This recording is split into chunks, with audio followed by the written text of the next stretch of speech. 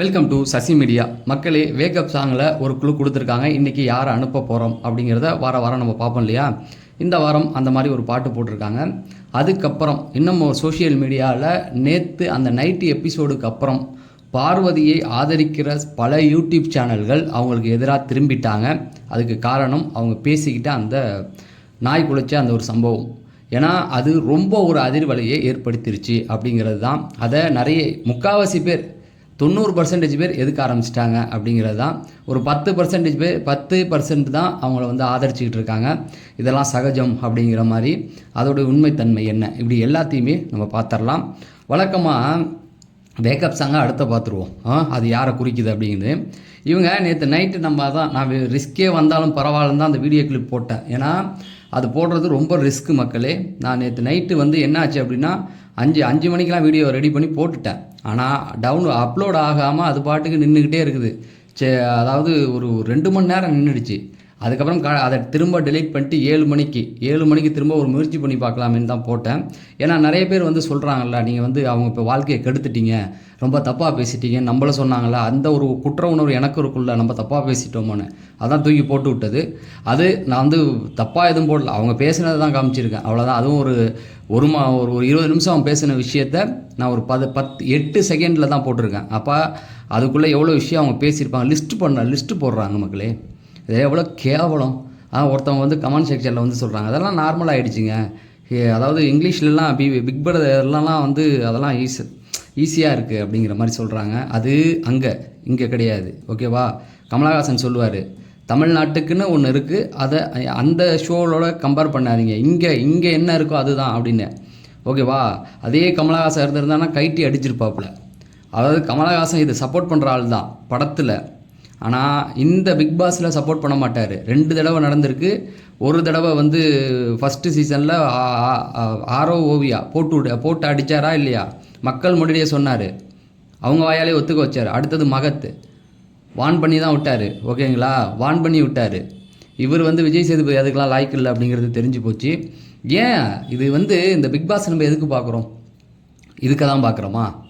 சொல்லுங்கள் மக்களே, இதுக்காக பார்க்குறோமா? 1000 வெப்சைட் இருக்குது, அதில் போய் உட்கார மாட்டாங்க எல்லாம். இந்த பிக் பாஸ் வந்து ஒரு பொழுதுபோக்கு நிகழ்ச்சி, ஓகேங்களா? அவங்களுக்கு 1000 டென்ஷன் இருக்கும், அதை மறந்து இந்த ஒரு ஷோ கொஞ்சம் பார்ப்போமே அப்படிங்கிறது தான். அது பர்சனல் லைஃபுக்கு நிறைய பேருக்கு யூஸ் ஆகும்.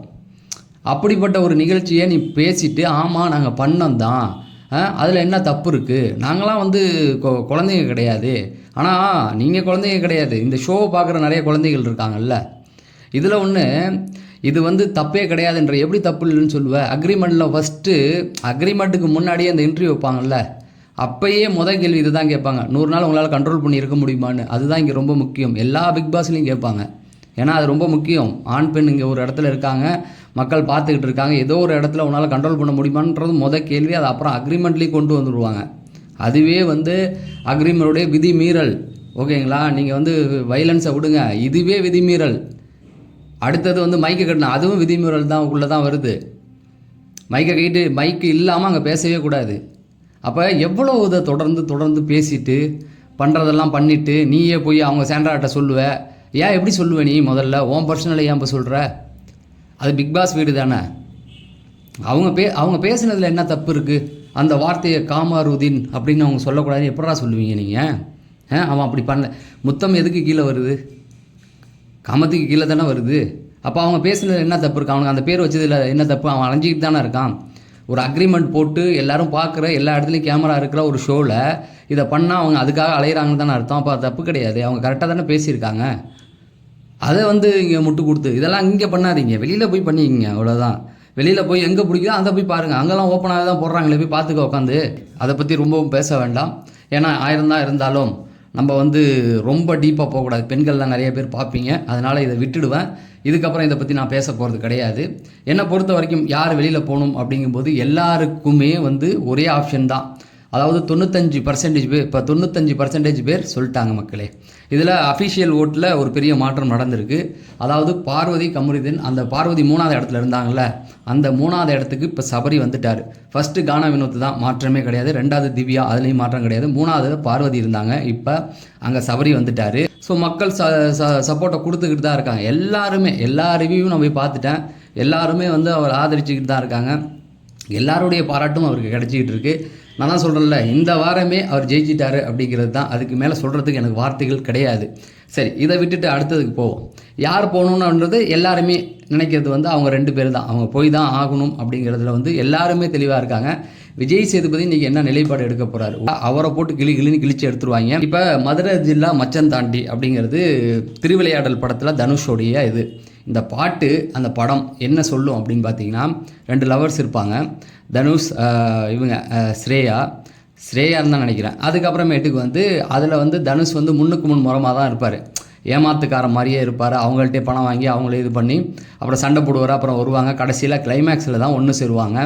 அடுத்தது பார்த்திங்கன்னா அவங்களுக்கு ஒரு அண்ணன் ஒருத்தர் இருப்பார். அவர் வந்து தங்கச்சி மேலே பாசம் நிறையா இது பண்ணிக்கிட்டு இருப்பார். இதுங்க 2 அடிச்சுக்கிட்டு இருக்குது அப்படிங்கிற மாதிரி தான் இது போயிட்டுருக்கும். இந்த மதுரை ஜில்லா மச்சந்தாண்டி இந்த பாட்டும் வந்து அதுதான் குறிக்கும். 2 அடிச்சுக்கிறது சம்மந்தமாக தான். ஏன்னா இந்த வீக் ஃபுல்லாகவே 2 அடிச்சுக்கிட்டு தான் கிடந்தது. ஃபுல் அண்ட் ஃபுல் யாருன்னு பார்த்தீங்கன்னா அந்த பீடையும் அந்த கருமம், காமருது இல்லை கருமம், இதுங்க 2மே வந்து அடிச்சுக்கிட்டு தான் இருந்தாங்க. அதுக்கப்புறம் ஒன்று சேருவாங்க, அதுக்கப்புறம் அடிச்சுக்குவாங்க. அதுதான் வந்து அந்த படத்துலையுமே இருக்கும். அந்த மாதிரியான ஒரு சமாச்சாரங்கள், இப்படி நிறைய விஷயங்கள் இவங்களுக்கு அதில் எல்லாத்தையும் விட தெளிவான ஒரு குழு ஒன்று கொடுத்துருக்காங்க. மதுரை ஜில்லா மச்சந்தாண்டி அப்படிங்கிற அந்த இதுவே வந்து அந்த வார்த்தையே வந்திருக்கு. எனக்கு தெரிஞ்சு பிபி டீமே வந்து ரொம்ப பெரிய அளவில் கோவத்தில் இருக்காங்க அப்படிங்கிறது தான். ஏன்னா 20 நிமிஷம் அவங்க பேசுனதை அப்படியே எடுத்து போட்டுட்டாங்க. அவங்க நினச்சிருந்தா அதை கட் பண்ணியிருக்கலாம் லைவில். ஓகேவா? அது எவ்வளோ தைரியம் பாருங்களேன். காரில் உட்காந்துக்கிட்டு 5 பொண்ணுங்க அங்கே உட்காந்துருக்காங்க, 4 பொண்ணுங்க உட்காந்துருக்காங்க. இதுங்க 2 வந்து அதை பற்றி பேசுதுன்னா அதுங்களுக்கு எவ்வளோ தைரியம் வந்திருக்கும். 4 பொண்ணுங்க இருக்காங்க, அது தப்பு கிடையாதுன்ற அளவுக்கு அதுங்க உட்காந்து பேசுனா அந்த கான்ஃபிடென்ட் எங்கேருந்து வந்துச்சு அதுங்களுக்கு சொல்லுங்கள்? காருக்குள்ளே உட்காந்துருக்காங்க 5 எல்லாம் சின்ன சின்ன பொண்ணுங்க தானே, பேசலாமா ஃபஸ்ட்டு நீ பண்ண? அதை வந்து வேறு எங்கேயாவது பேசியிருக்கலாம். அங்கே உட்காந்து பேசுனா உனக்கு அறிவு கிடையாது. அங்கே கேமரா இருக்குது, காருக்குள்ளே கேமரா வச்சுருப்பானுங்க. அது வந்து ஸ்ட்ரெயிட்டான வரும். காருக்குள்ளே இருக்கும்போது காரை தானடா ஃபோக்கஸ் பண்ணுவாங்க. இது கூட வாடா தெரியாது உங்களுக்கு? அப்போ நீங்கள் வேணுக்குன்னு தானே பண்ணுறீங்க. இவ்வளோ தைரியம் உங்களுக்கு கொடுத்தது யார்?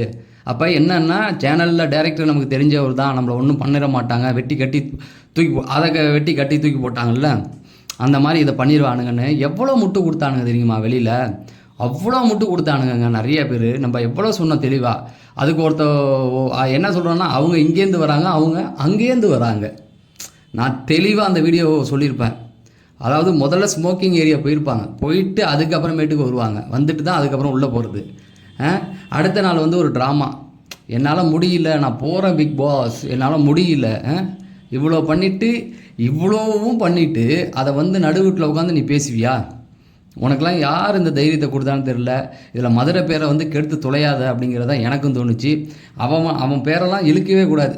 அதெல்லாம் எக்கேடு கட்டு, அதை சத்தியமாக சொல்கிறேன். அதெல்லாம் லைஃப் லாங் இப்படி தான் சுற்றிக்கிட்டு இருக்கும் அப்படிங்கிறது தான். ஏன்னா அவன் அந்த அளவுக்கு எல்லாரையும் கேவலப்படுத்திட்டான், வீட்டில் உள்ள எல்லாரையுமே கேவலப்படுத்திட்டான். இவன்லாம் போய் ஒரு செட்டில் போய் எந்த ஆக்ட்ரஸ் வந்து இவனை நம்பி இவன் நடிக்கிற சீரியலில் இவன் ஒரு அப்பாவியாக காமிக்கிறாங்க. இதுக்கப்புறம் நீ திரும்ப அவனை அப்பாவியாக அந்த சீரியலில் காமிச்ச பிறகு டிஆர்பி மொத்தமாக ஓடி போயிடும். அப்படி தான் போயிட்டுருக்கு. பார்ப்போம் விஜய் சேதுபதி என்ன நிலைப்பாடில் எடுக்கிறாரு அப்படிங்கிறத அடுத்தடுத்த அப்டேட்டுகளை கூறுவோம் அப்படிங்கிறத சொல்லி விடைபெறேன். நன்றி, வணக்கம்.